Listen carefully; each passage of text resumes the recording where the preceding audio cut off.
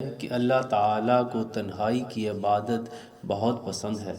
جب مومن تنہا ہو جاتا ہے، اسے کوئی نہیں دیکھ رہا ہوتا، ایسی حالت میں جب وہ اللہ کے حضور سر بسجود ہوتا ہے، یا ایسی حالت میں جب وہ اللہ کے حضور اپنے ہاتھ بلند کرتا ہے، تو اللہ رب العزت کو بھی حیا آ جاتا ہے اس مومن پر، اور اللہ اس مومن کی دعا کو کبھی رد نہیں کرتا۔ وہ عبادات جو ہم لوگوں کے سامنے کرتے ہیں، ان عبادات میں یہ شائبہ رہتا ہے کہ کہیں کوئی عبادت ہم کسی دوسرے کو دکھانے کے لیے تو نہیں کر رہے۔ سامنے نظر آنے والی عبادات میں کسی نہ کسی لحاظ سے ریاکاری کا چھوٹے سے چھوٹا عنصر لازمی موجود ہوتا ہے۔ 5 وقت کے لیے مسجد میں جاتے ہیں تو کہیں نہ کہیں کسی نہ کسی وقت شیطان آپ کے دل میں وسوسہ ڈالے گا، اور آپ کے دل میں، آپ کے دماغ میں یہ خیال آئے گا کہ میں مسجد کی طرف جاتا ہوں، لوگ مجھے جاتا ہوا دیکھتے ہیں، 5 وقت لوگ مجھے نیک سمجھتے ہوں گے۔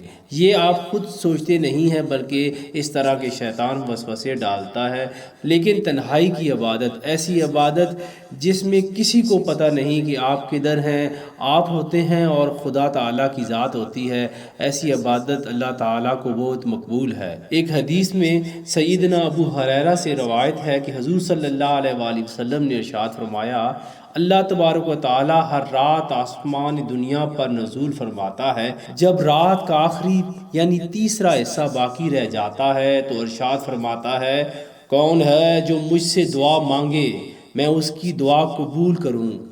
کون ہے جو مجھ سے سوال کرے میں اسے عطا کروں، کون ہے جو مجھ سے مغفرت کا سوالی ہو میں اس کی مغفرت فرما دوں۔ یہ حدیث مبارکہ صحیح بخاری میں نقل ہے۔ حدیث کے الفاظ ہمیں واضح طور پر جھنجھوڑ رہے ہیں کہ رب العزت رات کے پچھلے پہر آسمان دنیا پہ موجود ہوتا ہے، یعنی ہمارے بالکل قریب ہوتا ہے، اور ہم سے کہتا ہے اٹھو میری مخلوق اور مجھ سے مانگو، مجھ سے مانگو کیونکہ میں سب کچھ دینے والا ہوں، کیونکہ میری قدرت کائنات کی ہر ذرے ذرے پر ہے۔ تم دن رات جن چیزوں کے لیے دوڑتے ہو، چاہے وہ دنیا کی ہیں چاہے وہ آخرت کی ہیں،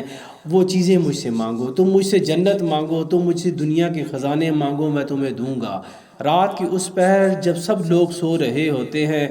ایسی حالت میں ہزاروں میں سے ایک کوئی اللہ کا بندہ اپنے گھر کے کسی چھوٹے سے کونے میں یا مسجد کے کسی حجرے میں بیٹھا اللہ کے حضور سر بسجود ہوتا ہے، یا اپنے ہاتھ اس نے بلند کیے ہوتے ہیں اور آنسو اس کی آنکھوں سے جاری ہوتے ہیں۔ یقین جانے ایسی حالت میں جب کہ پوری دنیا سو رہی ہے اور رات کے آخری پہر میں کوئی مومن اللہ کے حضور گڑ گڑا رہا ہے، عبادت کر رہا ہے، تو اللہ کبھی بھی اس کی دعا کو رد نہیں کرے گا۔ جیسا کہ حدیث میں بھی ہے کہ اللہ خود کہتا ہے، رات کے آخری پہر میں کھڑے ہو جاؤ اور میرے لیے تم عبادت کرو، میں تمہاری عبادت کے ذریعے تمہارے درجات بلند کروں گا، میں تمہیں مغفرت دوں گا، تمہیں جنت میں داخل کر دوں گا، جو تم مجھے سے مانگو گے میں تمہیں دوں گا۔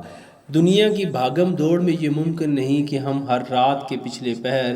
دعا کے لیے ہاتھ اٹھائیں یا نماز تہجد کے لیے کھڑے ہوں، مگر ہمیں ہفتے میں یا مہینے میں کچھ دن لازمی مخصوص کرنے چاہیے جب ہم صرف اللہ کے لیے کھڑے ہوں اور اس کے سامنے اپنے سارے سوال رکھیں۔ یقین جانیں اللہ رب العزت اس وقت کی گئی دعاؤں کے صدقے آپ کو اس دنیا میں بھی جائز چیزیں دے گا اور آخرت میں بھی آپ کا ٹھکانہ جنت ہوگا۔ اسی کے ساتھ ہمیں اجازت دیجیے، اگلی ویڈیو کے ساتھ پھر ملیں گے۔